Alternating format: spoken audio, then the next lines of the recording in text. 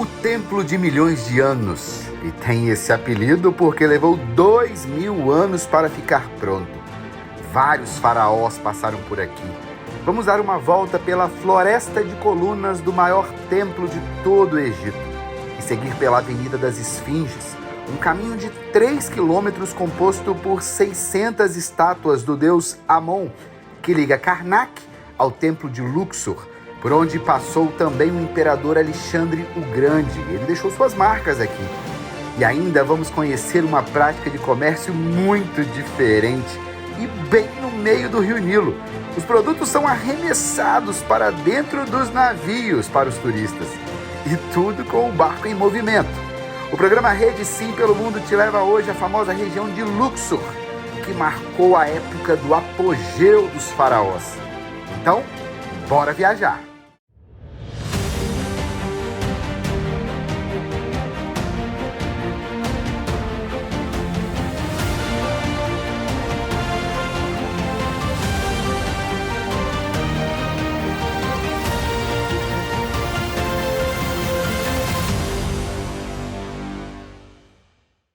Seguimos navegando pelo Nilo. O maior rio do planeta sempre esteve ligado ao desenvolvimento do Egito. Desde a época dos faraós, o Nilo, com seus períodos de cheia e vazante, ditou o ritmo da economia do país. Hoje, além de sua importância para a agricultura, o Nilo também contribui para o turismo.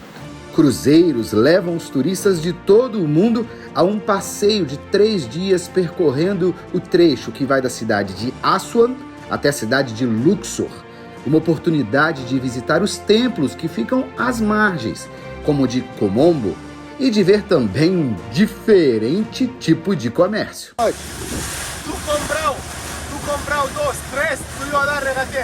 No início a gente até toma um susto com os gritos vindos do lado de fora do navio. É um tipo de negociação que não vemos em qualquer lugar do mundo, não. O navio segue viagem pelo Nilo quando os pequenos barcos aparecem. São núbios, um povo que mora nessa região há milênios e se tornaram comerciantes habilidosos na arte da pechincha e da navegação. Eles amarram seus barcos nos navios e oferecem suas mercadorias para os passageiros. Um trabalho que exige força nos braços para puxar as cordas e arremessar seus produtos. Opa! É assim mesmo que funciona. Quer ver a toalha mais de perto? Lá vem o arremesso. E como todo bom comércio árabe, tem que negociar. Não teve jeito. Eles me convenceram a comprar. Comprei uma toalha de praia aqui do Egito, bem bonita que eu achei aqui, ó. Eles pediram, e aqui é negociação, eles pediram $50 no início.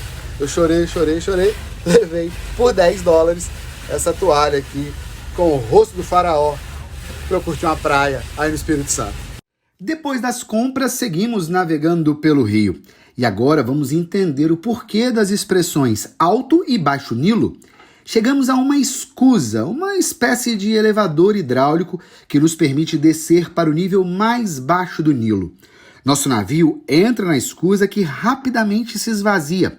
Com a saída da água, nossa embarcação desce em um movimento quase imperceptível para os passageiros. Mas pela marca da altura da água na parede do elevador, a gente tem a noção do tanto que descemos. Foram 26 metros. E seguimos até o porto de Luxor. Lá encontramos o templo construído pelos faraós Amenhotep III e Ramsés II, entre os anos de 1400 e 1000 a.C. Logo na entrada, os 2 colossos de Ramsés II recebem os visitantes. Dos 2 obeliscos na frente, resta apenas um. O outro está na Praça da Concórdia, em Paris, graças a uma troca com o governo francês, em que os egípcios receberam um relógio, que dizem os guias que nunca funcionou direito. É considerado o único templo egípcio que possui documentado em suas paredes registro das épocas faraônica, greco-romana, copta e islâmica, já que até uma mesquita foi construída pelos árabes no século XIII. Os romanos deixaram santos estampados nas paredes. Alexandre o Grande também chegou aqui ao Egito, e uma das formas que Alexandre usava para conquistar os territórios era se envolver com a sociedade local. Então Alexandre também se considerou faraó. Então olha só, quando a gente consegue aqui nessa câmara bem escura aqui do templo de Luxor, a gente encontra esse cartucho real aqui, que é o cartucho de Alexandre o Grande, mostrando que ele também se considerava faraó do Egito e ele passou por aqui. Deixa eu falar aqui com o Said, que é o nosso guia. Said, quando que Alexandre esteve aqui no Egito? Alexandre o Grande chegou no Egito 330 a.C. E quando chegou aqui nessa área, 323, quando chegou aqui no templo de Luxor e converteu essa cabela para dedicá-la para Deus Amon-Ra, Deus do Sol. Então o próprio Alexandre, quer dizer, é o imperador lá da Macedônia, se envolvendo com a cultura egípcia, né? Dedicando um templo a um deus egípcio. Exatamente. Ele se aproximava dos deuses egípcios para ter a benção deles e ter mais poder no Egito. Ok. Tá aí, gente. Alexandre o Grande também passou por aqui. E no próximo bloco você vai conhecer a Avenida das Esfinges, um caminho único que liga o templo de Luxor ao de Karnak. Esse tesouro da época dos faraós passou muito tempo soterrado e agora é um dos percursos mais belos de todo o Egito. A gente volta já já.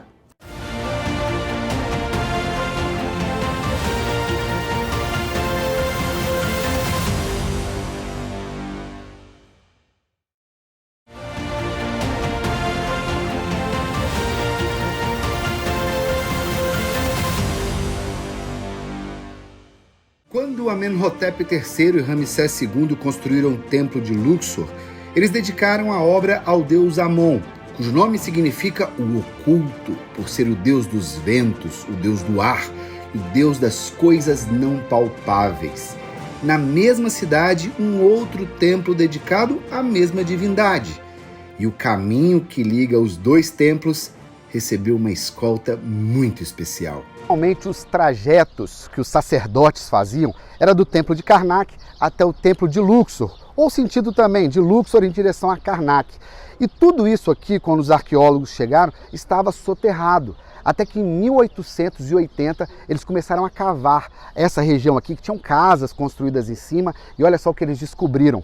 Uma avenida cheia de esfinges que sai de Luxor até Karnak. São 3 quilômetros e 600 esfinges. E os arqueólogos acreditam que ainda tem mais a ser descoberto aqui nessa região. As esfinges sempre representam a cabeça de alguma figura, seja ela humana ou animal, num corpo de leão. Na Avenida das Esfinges vemos o deus Amon, com sua cabeça de carneiro, e entre suas patas e sobre a sua proteção, o faraó.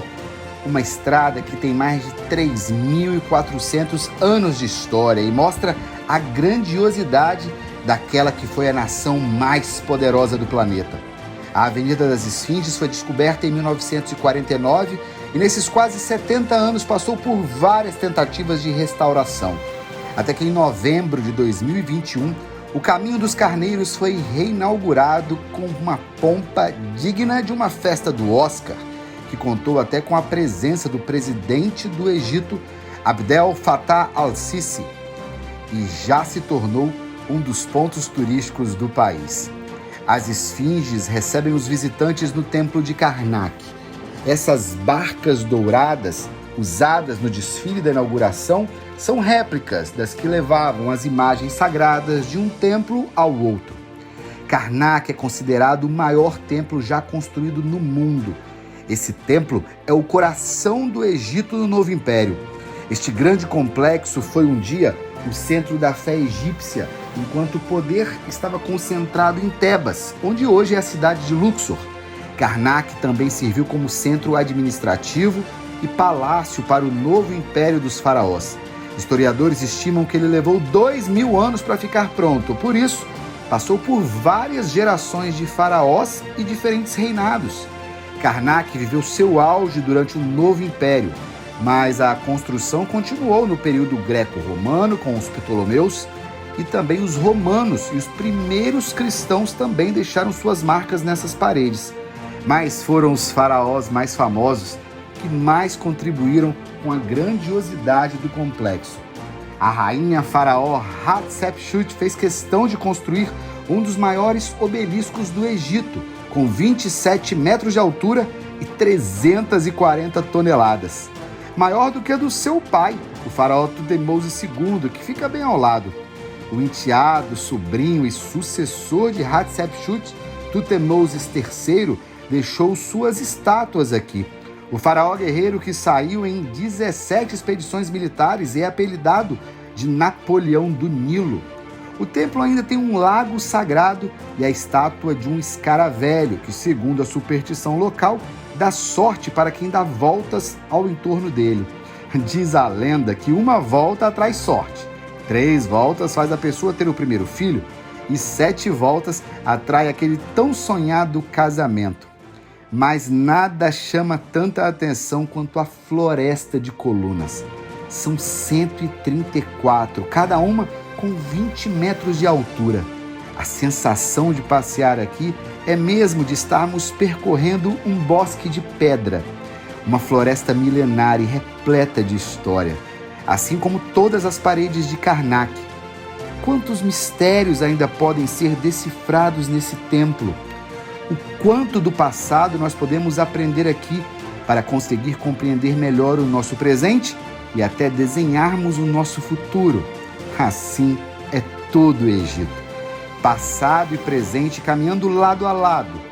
E de uma certa forma, os faraós que construíram esses palácios alcançaram o seu principal objetivo: deixaram seus nomes cravados na eternidade.